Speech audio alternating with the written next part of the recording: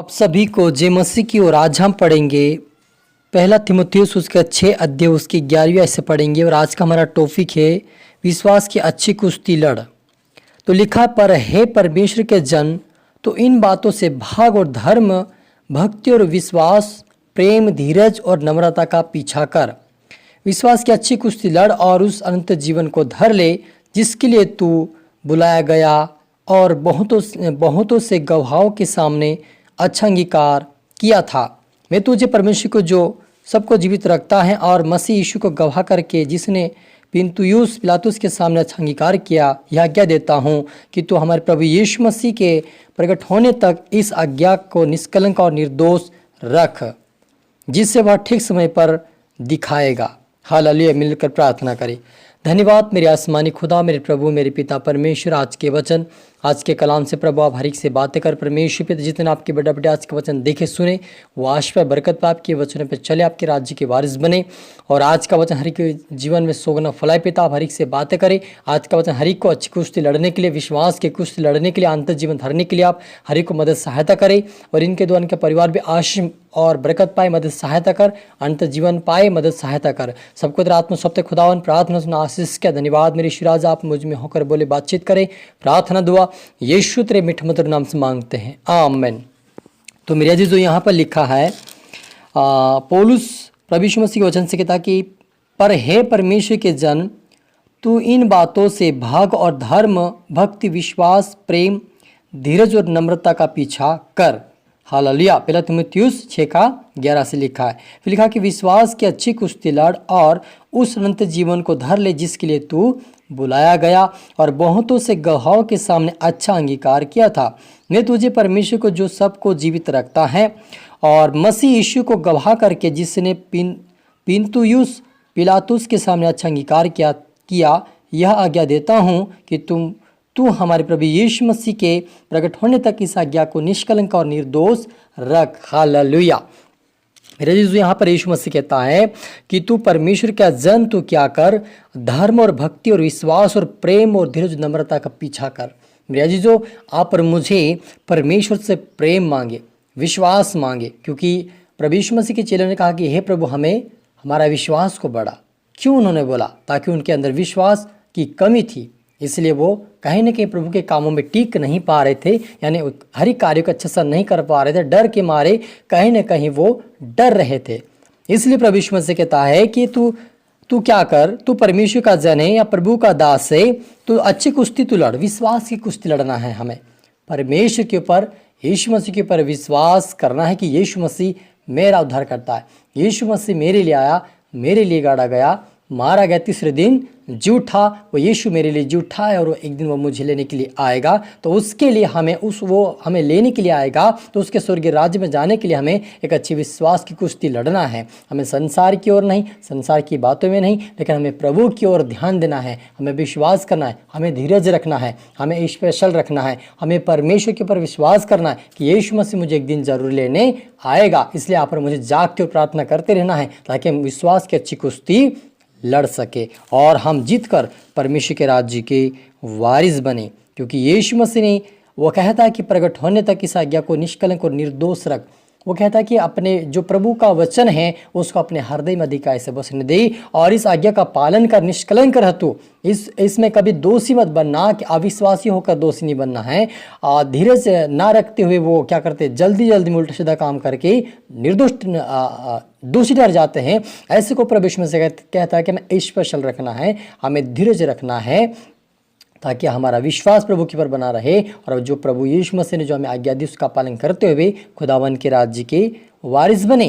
क्योंकि जिससे वह ठीक समय पर दिखाएगा जो परम धन्य और एकमात्र अधिपति और राजाओं का राजा, प्रभुओं का प्रभु है और अमृता केवल उसी के हैं और वह अगम्य ज्योति में रहता है और ना उसे किसी मनुष्य ने देखा और ना कभी देख सकता है।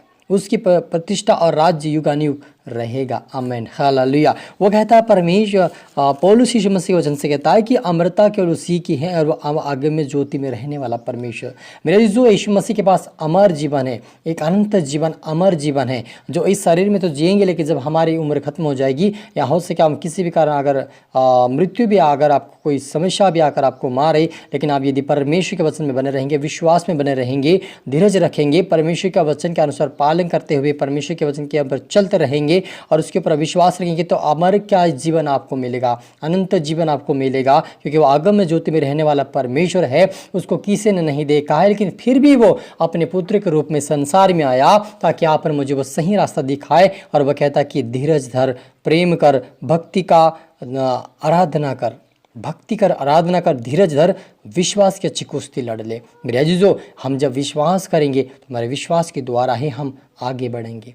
क्योंकि जब हम देखते यीशु मसीह जब तीसरे पहर को रात के समय जब वो एक झील के ऊपर उस पानी के ऊपर चल रहा था, तब उसके चेले देख रहे थे और डर गए। उनको उनके अंदर डर यह डर आया कि कहीं भूत तो नहीं है, क्योंकि यीशु मसीह तो चंगा करता है, 12,000 लोग खाना खिलाता है और बहुत सारे काम करता है, लेकिन जो पानी पर चलता वो तो बहुत ही हो सकता है। क्योंकि यीशु मसीह एक मनुष्य के रूप में था, लेकिन उसके अंदर परमेश्वर का गुण था। वो आधा मनुष्य और आधा परमेश्वर था। लेकिन चेलों ने समझा कि भूत चल कर, वो चिल्लाने लगे कि तो भूत है करके, लेकिन वो यीशु मसीह ने कहा कि भूत नहीं, मैं हूँ। तब पतरस के अंदर एक विश्वास आया, प्रभु यदि तू है तो मुझे आज्ञा दे कि मैं पानी पर चल कर आऊँ। और जब पतरस के अंदर जब विश्वास बना और विश्वास के साथ जब उन्होंने पानी पे कदम रखा तो 1 2 3 कदम और 4 कदम चलने लगा।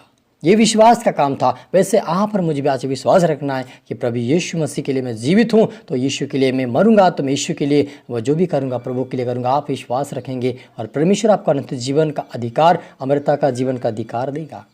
हालेलुया।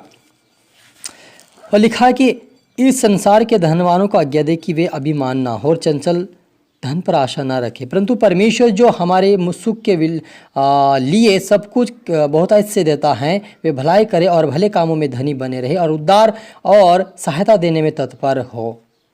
वो कहता है कि आप धनी व्यक्ति को भी सिखा कि वो देने वाले बन जाए, वो कठोर हाथ ना रखिए। क्योंकि धनी क्या करते हैं, कोड़ी कोड़ी जोड़कर, दमड़ी दमड़ी जोड़कर, कोड़ी कोड़ी जोड़कर क्या करता है, अपने घर धन संपत्ति इकट्ठा करता है अपने आने वाली पीढ़ी के लिए। लेकिन वो कहता है कि ऐसे लोगों को भी क्या कर, तू देने वाला बना, उनको शिक्षा दे ताकि वो धन पे लालच करके धन के अनुसार वो नरक में न जाए, लेकिन वो देने वाले बने और देने के साथ साथ प्रभु की भक्ति आराधना करे और मेरे स्वर्गीय राज्य के वारिस बने। यही प्रभु यीशु मसीह चाहता है।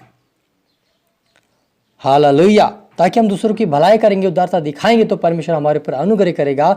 क्योंकि हम देखते हैं कि जब लाजर जब एक धनवान की डेवड़ी के ऊपर रखा गया तब वो खाना नहीं खिलाया। धनवान जब मरा नरक में चला गया, जब वो लाजर मरा अब्राहम की गोद में था। उसी प्रकार आज वो कहता है कि धनवान को शिक्षा देता कि वो धन पे नहीं परमेश्वर के ऊपर विश्वास रहे। क्योंकि धन कमाना गलत नहीं है, धन को प्राप्त करना गलत नहीं है, लेकिन उसके ऊपर विश्वास करना ये निर्दोष नहीं लेकिन दोषी ठहराता है ये। क्योंकि विश्वास नहीं करता, वो कहता है कि अविश्वासी रहना पाप है। तो हमें विश्वास योग्य बनना है, प्रभु के ऊपर विश्वास करें, धन के ऊपर नहीं, क्योंकि धन तो परमेश्वर दे ही देगा। आगे लिखा है, जब हम पढ़ते हैं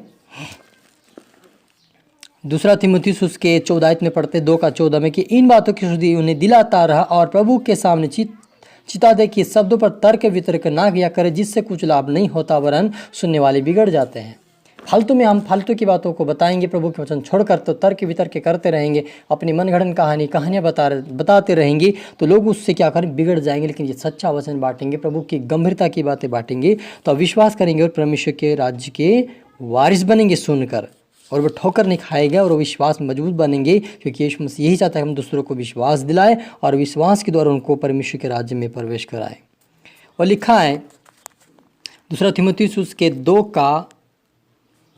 2:20 लिखा कि बड़े घर में न केवल सोने चांदी ही के पर काट के और मिट्टी के बर्तन भी होते, कोई आदर और कोई अनादर के लिए। यदि कोई अपने आप को इनसे शुद्ध करे तो वह आदर का बर्तन और पवित्र ठहरेगा और स्वामी के काम आएगा।